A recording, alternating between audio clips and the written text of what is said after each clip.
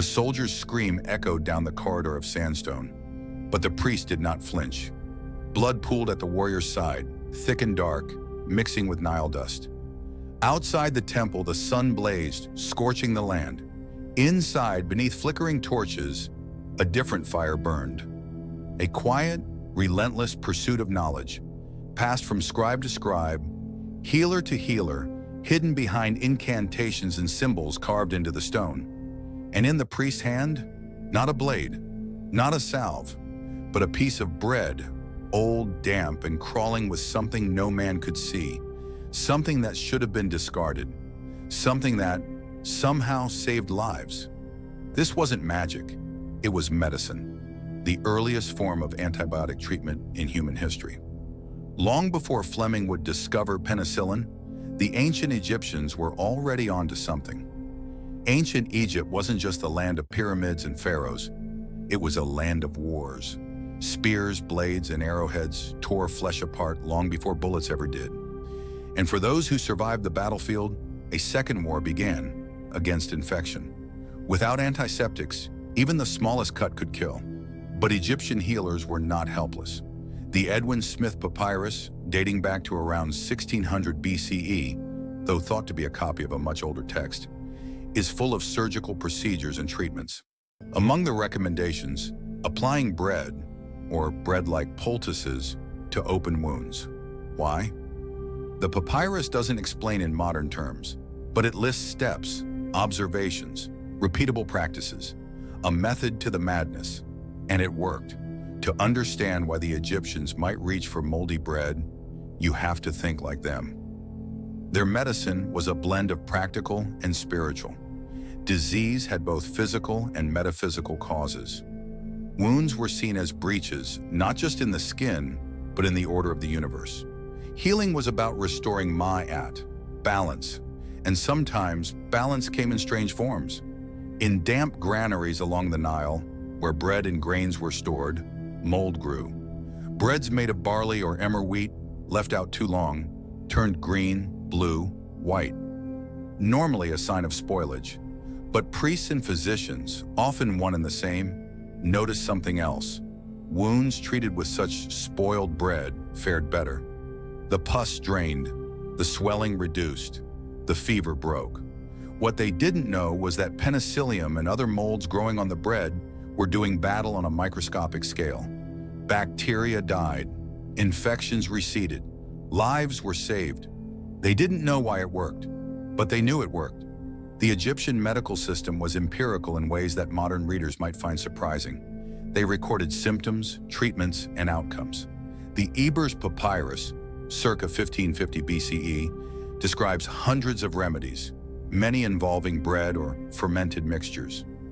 These weren't wild guesses. They were records from centuries of trial and error. One passage recommends, apply bread soaked with beer upon the wound and bind with linen. Repeat for 3 days. Beer was also filled with fermenting agents and wild yeasts, possibly aiding in the process. But bread remained a core treatment, especially for wounds that refused to close.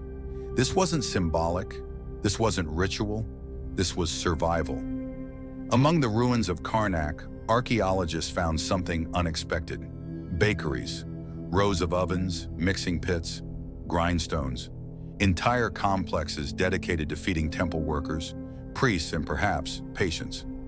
Some loaves were found intentionally shaped with cavities, likely made for inserting herbs, roots, or other ingredients. Bread in Egypt wasn't just food, it was a tool. Some even suggest that specific medical breads were baked in temples for healing rituals. Imagine a scribe kneeling in the dim light of an antechamber, grinding moldy grain into a paste, mixing it with honey and beer. Imagine a wounded man being carried in from the field, feverish and shaking. He is laid upon cool stone, prayers murmured, hieroglyphs traced into the air, and then the bread is applied. Not just a poultice, a lifeline. To the modern eye, this seems almost prophetic. Moldy bread contains fungi like Penicillium notatum, which later gave birth to penicillin, the world's first true antibiotic. But the Egyptians had no microscopes, no germ theory.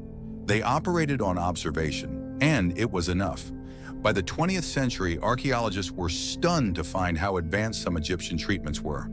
Trepanned skulls that had healed, bone fractures that were set cleanly, and treatments like moldy bread poultices that foreshadowed discoveries yet to come. In essence, Egyptian medicine had stumbled upon antibiotics nearly 3,000 years before modern science gave it a name. Was it luck? Perhaps, but more likely it was attention. These people watched the world closely. They tested, they remembered, they passed it on. Egyptian medical wisdom was guarded fiercely. Scribes and healers worked within temples, learning from scrolls and priests. They memorized chants, yes, but also procedures, diagnosis, prognosis, surgery, treatment. The use of moldy bread wasn't common knowledge. It was temple knowledge. And yet it survived. Through oral traditions, through texts, through generations of healers repeating what worked. The knowledge traveled, perhaps even influencing Greek medicine. Hippocrates himself spoke of wound treatments using substances like bread. Was he echoing the Egyptians? Quite possibly. When penicillin was discovered in 1928 by Alexander Fleming, the world changed. Infections that had once been fatal became curable. Antibiotics ushered in a new era of medicine. But how many knew that this miracle had been used unknowingly thousands of years before? In the rush to modernity, we often forget what the ancients knew. We overlook the layers of trial, observation, and refinement embedded in their remedies. We dismiss the bread as superstition, but we forget that knowledge doesn't always come in lab coats.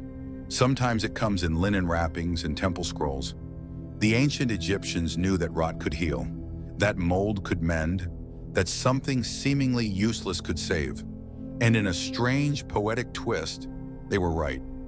In 2023, a team of researchers analyzing a fragment of medical papyrus discovered in Saqqara noticed something odd: invisible ink. Using infrared imaging, they revealed faded glyphs, annotations not visible to the naked eye, instructions, dosages, variations of treatments. One note, translated roughly, read, "The green on the bread must be of the kind that grows in the dark room, not the bright one. That brings fever." A distinction between helpful and harmful molds. This wasn't blind use. It was selective. They could tell which molds were safe, which ones helped, which ones harmed. Imagine what else they knew that we've lost. In 2024, a burial site was uncovered near Luxor. Within it, the sarcophagus of an unnamed healer. Unusual for its layout, the tomb was filled not with gold, but with tools. Surgical instruments, linen rolls, and sealed clay jars. One jar contained an ancient loaf, sealed in resin. It was sent for testing. Inside, active strains of Penicillium still dormant, still viable, and a scrap of linen with writing scrawled in ink that faded under the centuries, but held its shape. The bread of life, for the wound that will not close. Speak the name, apply, wait. The sample is currently being studied under strict biohazard protocols. Because what they found inside wasn't just mold. It was something else, something no one expected. Something that has scientists rewriting what they thought they knew about ancient biochemistry. But that's another story, one we're not ready to tell. Not yet. If you enjoyed this mind-blowing journey, make sure to hit that like button and subscribe, because even more epic discoveries are coming your way.